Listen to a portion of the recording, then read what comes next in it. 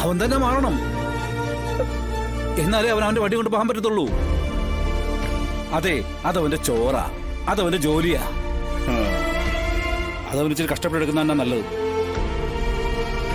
എന്നാലേ പണം ഉണ്ടാക്കുന്നതിന് ബുദ്ധിമുട്ട് അവന് മനസ്സിലാക്കാനും പറ്റും. അതെ, എല്ലാ അമ്മമാരുടെ മക്കൾ ഈ ലോകത്ത് കഷ്ടപ്പെട്ട് തന്നെ ജീവിക്കുന്നതേ. അവരാരും മക്കൾ പണിയെടുക്കുന്നുണ്ട് സങ്കടപ്പെട്ട് കരയാറുമില്ല. വിഷ്ണുവേ, ഈ ജോലി അവൻ ഇഷ്ടപ്പെട്ട് തന്നെ എടുത്തതാ. അതവൻ ഇഷ്ടപ്പെട്ട് തന്നെ ചെയ്യുന്നതും. എനിക്ക് പറഞ്ഞപ്പോ മനസ്സിലായി. ഇതുപോലെ സത്യാമ്മയുടെ അടുത്തൊന്ന് പറഞ്ഞിരുന്നെങ്കിൽ. എന്തിന്? അതിന്റെ ഒരാവശ്യമില്ല. ഈ തള്ളക്കോഴികൾ ഒരുവിധം പ്രായമായി കഴിഞ്ഞാലേ കുഞ്ഞു കോഴികളെ കൊത്തി അകറ്റണം. അവർ സ്വന്തമായിട്ട് പണിയെടുത്ത് ഭക്ഷണം തേടി കഴിക്കണമെന്ന് പറഞ്ഞങ്ങോട്ട് വിടണം. അപ്പോഴേ ഇവിടെ അങ്ങനൊന്നും ഉണ്ടായിട്ടില്ലല്ലോ. അതിന്റെ കുഴപ്പമാ ഇതൊക്കെ. അതെ, നമ്മളത് ചിന്തിച്ച് തലപോയിക്കേണ്ട കാര്യമൊന്നും ഇല്ല. മനസ്സിലായോടോ? എന്നാ പിന്നെ ഞാനങ്ങോട്ട്. എങ്ങോട്ട്? അല്ല, വീട് വരെ ഒന്ന് പോയിട്ട് വരാന്ന് പറയായിരുന്നു. താനിപ്പോ ഒരിടത്തേക്ക് പോകുന്നില്ല.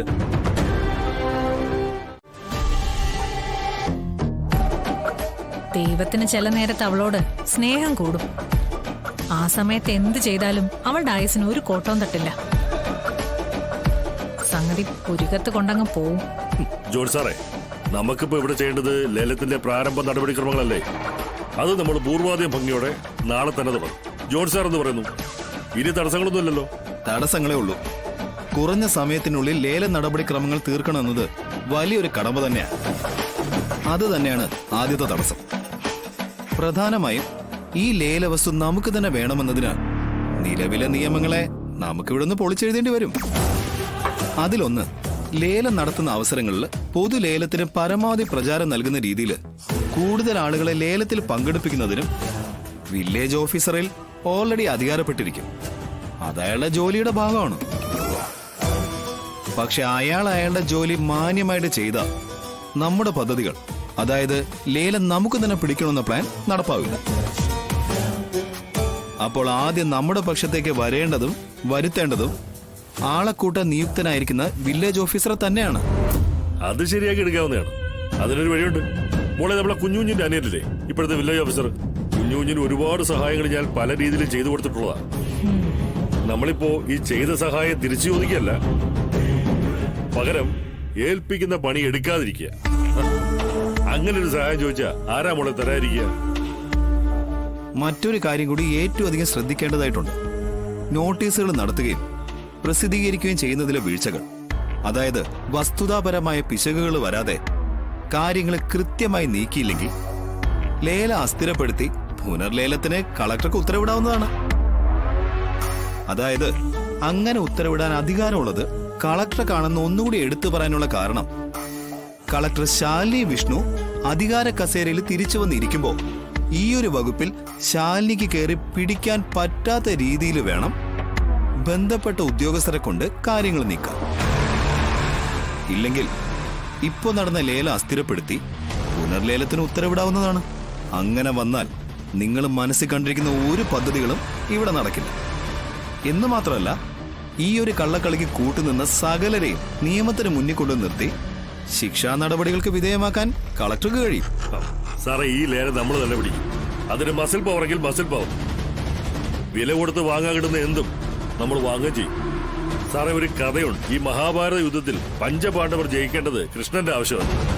ജയം മാത്രമായിരുന്നു ലക്ഷ്യം. അതുപോലെ തന്നെ ആയിരിക്കും ഈ ലേലം നമ്മൾ പിടിക്കുന്നതും. കാര്യങ്ങളൊക്കെ ശരി തന്നെ. പക്ഷേ ഇതിനെ നിയമപരമായി നേരിടാനുള്ള അവസരം ശാലിനിക്ക് ഉണ്ടാക്കരുതെന്നേ ഞാൻ പറഞ്ഞുള്ളൂ. ാണ് നമ്മൾ ഈ ലേലം പിടിക്കുന്നത്. ലേലത്തിൽ പങ്കെടുക്കാൻ സാധ്യതയുള്ളവരെല്ലാം നമ്മൾ നമ്മുടെ ശക്തിയും ബുദ്ധിയും ഉപയോഗിച്ച് അകറ്റി നിർത്തും. പക്ഷേ പിന്നീട് ശാലിനി തിരിച്ചെത്തി ആ കസേരയിൽ ഇരുന്ന് കഴിയുമ്പോൾ നമ്മൾ ചെയ്തു വച്ചിരിക്കുന്നതിനെതിരെ കരുക്കൾ നീക്കാൻ അവൾക്ക് ഒരവസരവും കൊടുക്കരുത് എന്നാണ് ഞാൻ സൂചിപ്പിച്ചത്. അവൾക്ക് നിന്ന് കളിക്കാനുള്ള സ്പേസ് ഇവിടെ കൊടുക്കരുത്. കൊടുത്താൽ നമുക്കെല്ലാവർക്കും അത് അപകടമാണ്. ചിറ്റപ്പ, അവള് കുത്തേറ്റ് കിടക്കുന്നിടത്ത് ഞാൻ പോയതാ. അത് അവളോടുള്ള ഇഷ്ടക്കൂടുതലുണ്ടോ, അവള് പൂർണ്ണ ആരോഗ്യവതിയായി തിരിച്ചു വരാൻ മനസ്സറിഞ്ഞ് മുട്ടിപ്പായിട്ട് പ്രാർത്ഥിക്കാനൊന്നും അല്ല. കട്ടിലിൽ നിന്ന് എപ്പോ അവക്ക് പൊങ്ങാൻ പറ്റുന്ന അറിയാൻ തന്നെ. മുറിവുണങ്ങി അവൾ ആ നിമിഷം തന്നെ അവളുടെ കസേര വന്നിരിക്കും. വന്നിരുന്ന അടുത്ത പണിയും നമ്മുടെ പദ്ധതികൾക്ക് എങ്ങനെ തുരങ്കം വെക്കാന്നത് തന്നെയായിരിക്കും. ഈ ചിറ്റപ്പൻ ഒറ്റ ഒരാൾ കാരണോ? ഇല്ലെങ്കിൽ ആ മാട്ടിയോട് പറഞ്ഞ് കുത്തിയ കുത്ത് 1-2 ഇഞ്ച് ആഴത്തി കയറ്റിയിരുന്നെങ്കിൽ ഇന്ന് അവളുടെ പുലോടി അടിയന്തരത്തിന് ചെത്തിപ്പൂവും ചെറുളെ എടുപ്പിക്കായിരുന്നു. അപ്പ പറഞ്ഞു കാഞ്ഞു പോയാൽ കുഴപ്പമാവും, ഒന്ന് മാറ്റി നിർത്താനുള്ള കുത്തുമതിയെന്ന്. ഇല്ലെങ്കിൽ അന്വേഷണം ഉണ്ടാവുന്നു. എന്ത് അന്വേഷണം? മാട്ടിയെ പ്രതിയാക്കി അകത്തിട്ടിട്ട് ഒരു 5 ലക്ഷം രൂപ മാട്ടിയുടെ ഭാര്യയുടെ അക്കൗണ്ടിൽ ഇട്ട് കൊടുത്താ മാട്ടി ഈ ജന്മത്ത് നമ്മുടെ ആരുടെങ്കിലും പേര് ആരോടെങ്കിലും പറയോ? പറയില്ല.